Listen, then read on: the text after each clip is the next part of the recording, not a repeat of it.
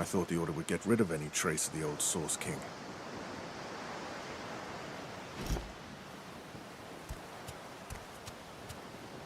Garbage.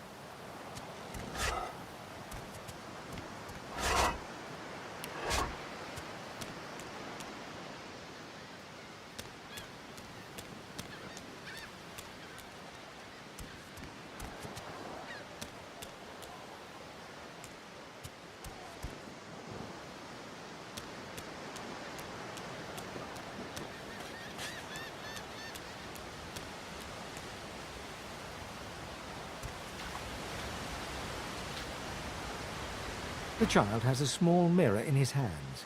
He holds it up at angles, inspecting his eyes, his chin, the crown of his head. He spots you, and his arms snap to his sides.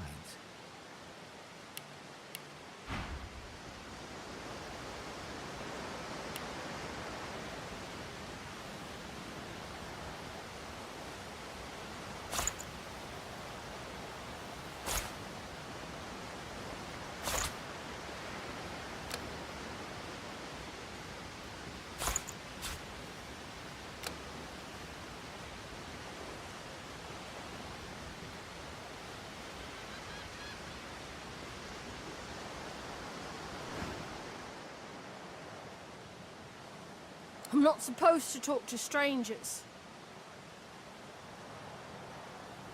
Why?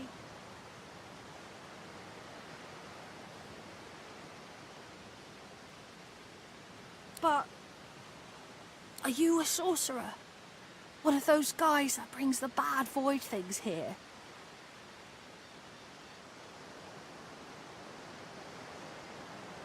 The child looks at you straight on, unafraid, searching your face. He lifts his mirror to his nose, closes one eye, and looks at himself again.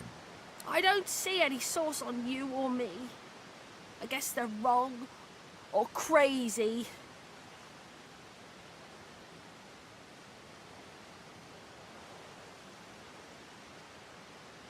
No one cares where I go. They know I can't leave the island. It's nicer out here than inside anyway. They're gone now. The Magisters took them already. I guess now they're cured. And maybe they're waiting for me back at home.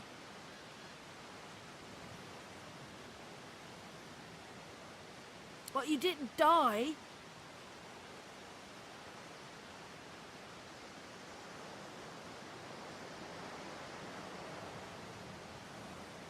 There isn't anywhere safer. That's what I mean. You'll see. I guess I am, but it's just normal to be scared. Nowhere isn't scary.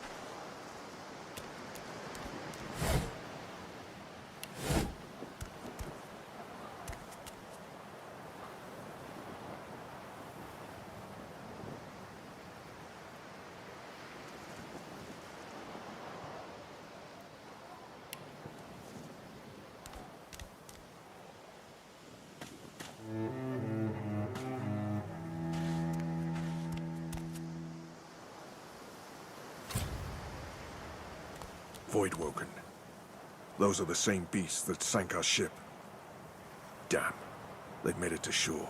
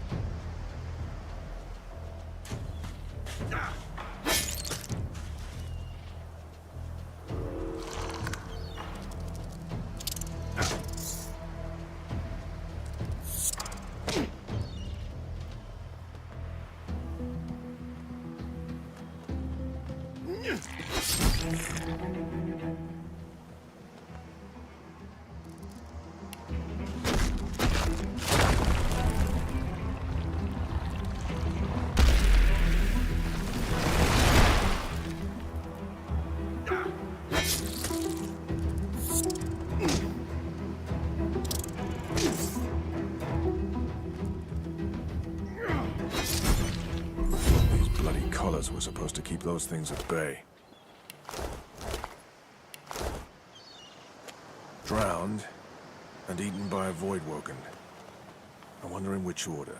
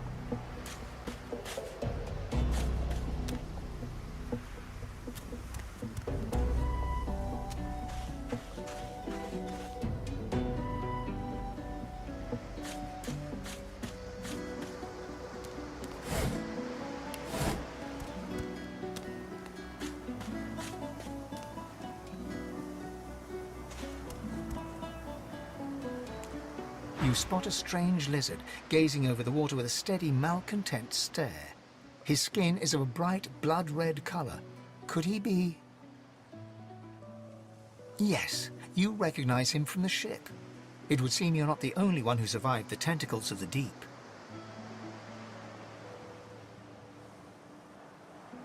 The lizard turns about with the graceful ease of a dancer, or a duelist.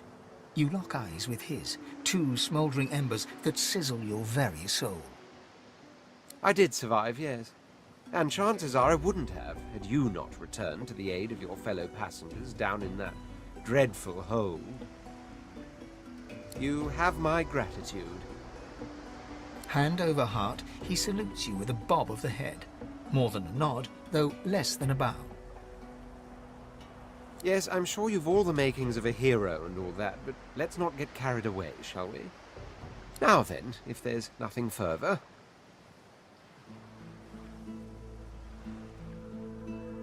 If you really must know, I haven't quite decided yet.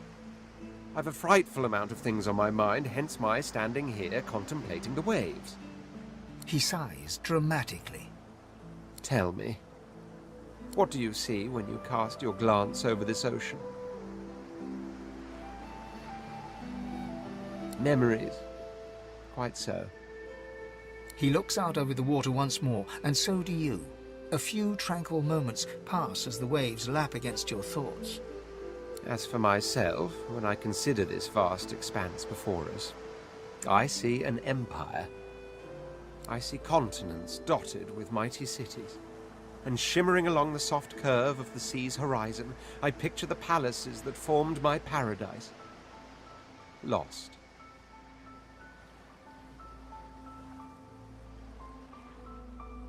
What do you mean, what do I mean? I mean just what I say. I had a very actual empire that I lost. Suddenly, having all the air of being deeply offended, he stares at you with utter incredulity. Well, don't just stand there gawking like an ape at an abacus. Or do you really mean to tell me you don't know who I am?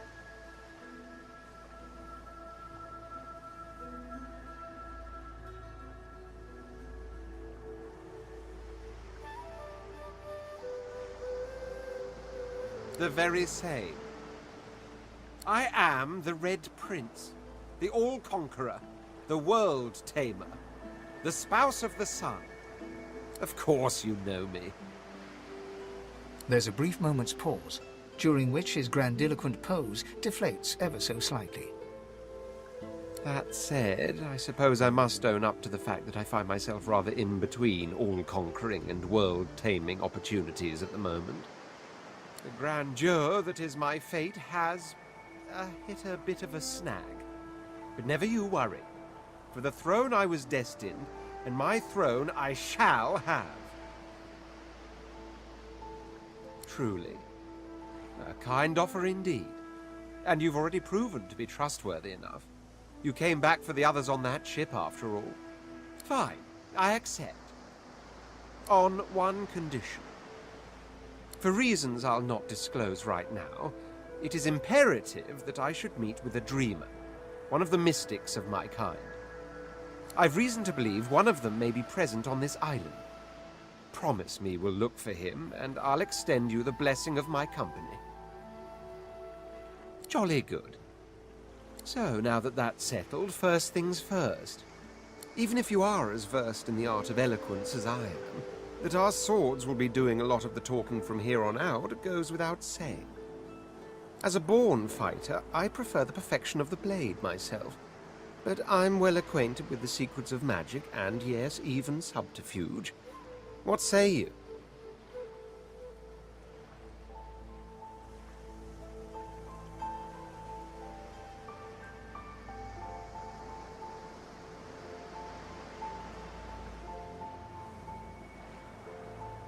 Very well. Onwards then to victory or death. The Red Prince nods and gives you a smile that wavers ever so delicately between courtesy and contempt. Now, as you're aware, you'll be traveling with a prince. Proper forms of address include Your Majesty, Your Royal Highness, or if you're feeling particularly frivolous, My Lord. As your luck would have it, I seem to be fresh out of luggage, so you won't be required to carry my belongings. Of course, there are other forms of protocol to bear in mind, but I'll see to it you'll pick up the rest as we go. So, without further ado, let us be off!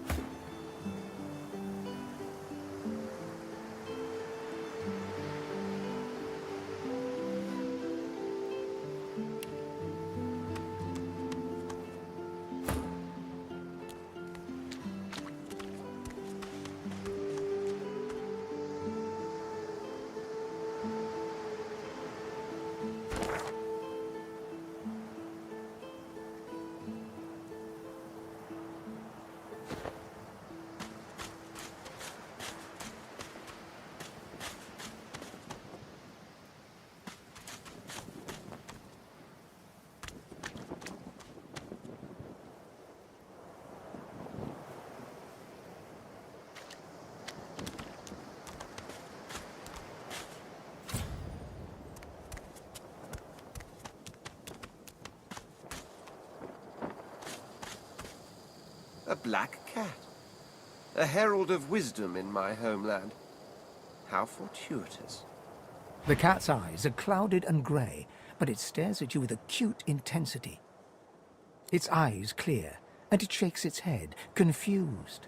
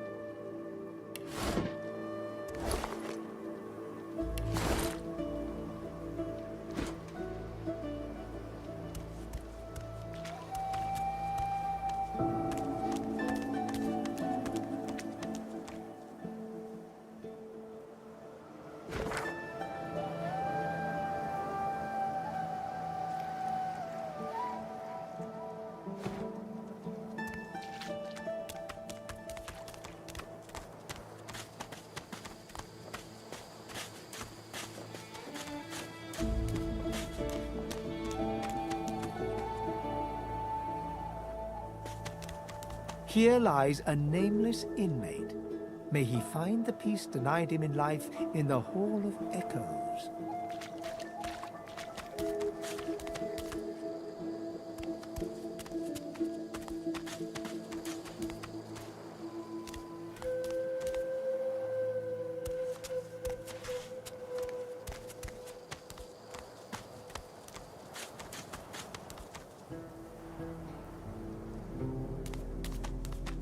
I've spotted something.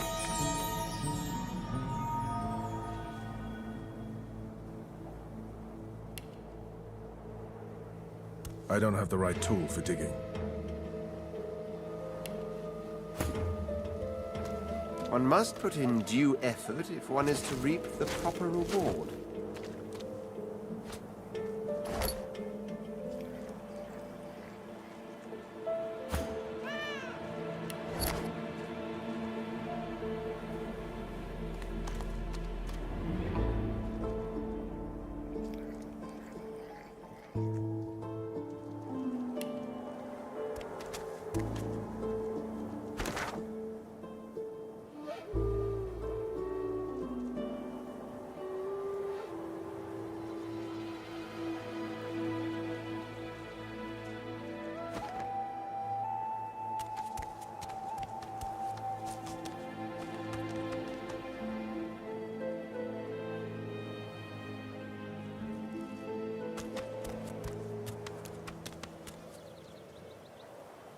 Wonder where this leads.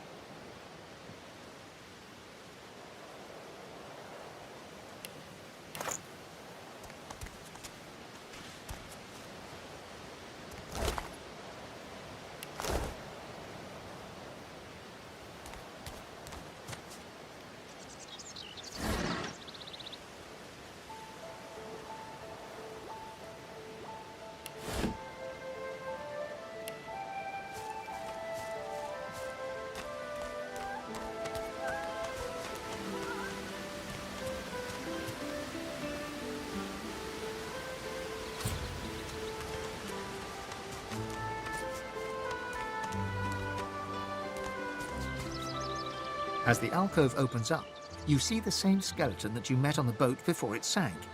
He's still not wearing his mask. He's leaning over a corpse, prodding and pulling at the skin of its face. Bugger. How on earth am I supposed to... Oh. Perhaps... Skeletal fingers reach down and grip the skin of the dead man's face, pulling sharply upwards. After a few more tugs at the man's cheeks, the skeleton relents, letting the head drop to the ground with a damp thud. Damnation. That stuck fast. I wonder, does the beard act as some form of anchor?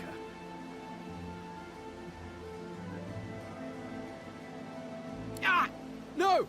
Stay back! Don't... Oh, it's you. I must admit I'm surprised. Perhaps you're more buoyant than I suspected.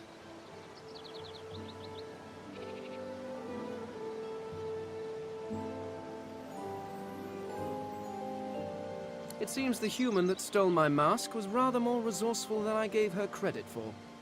I chased her here, but she rather seems to have given me the slip. Thus... He turns back to the body, prodding at its face cautiously. Why, its face, of course. What other use would I have for some rotting corpse? A face that seems rather stubbornly attached to his skull.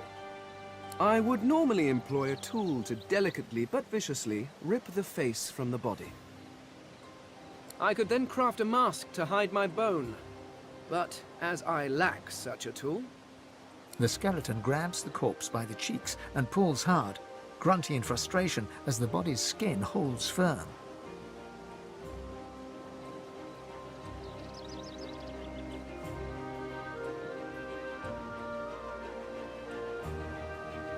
Because my own was stolen from me. And the idea of being chased across Rivellon by every idiot with a torch does not appeal. Oh, get away! Monster! Hide the children! You are simple beasts. And you simply do not like my... well, not my kind, but those that look like me. So, if I am to traverse this land, I will need a mask to disguise my features.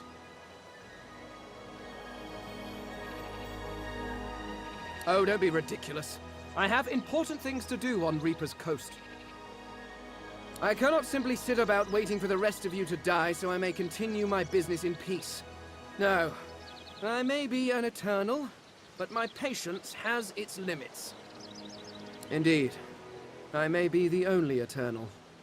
My people seem rather absent. At least from this realm. As for the others, well, there is an excavation site at the Black Pit's oil fields.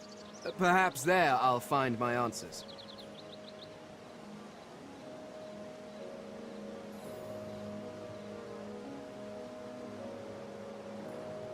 A cult? Hardly. We were a race that existed before the idea of race was needed. We were all one. I could ask you to imagine an Eternal as a creature of incredible intelligence and skill. But I fear the limits of your imagination would not do us justice. We studied the mysteries of the universe. We created works of great art. We disappeared. But I will find them. Wherever they are, I will find them. We will have our world again. Well, that hardly seems relevant. But if you must know, I was inconvenienced for a time. Several centuries, in fact. Or perhaps millennia. One tends to lose track. I was sealed in a tomb for daring to be curious about the world. It seems our king did not agree that the universe should be explored to its full potential. Perhaps I should thank him. It seems I was spared whatever happened to the others. I wonder if flowers would be appropriate.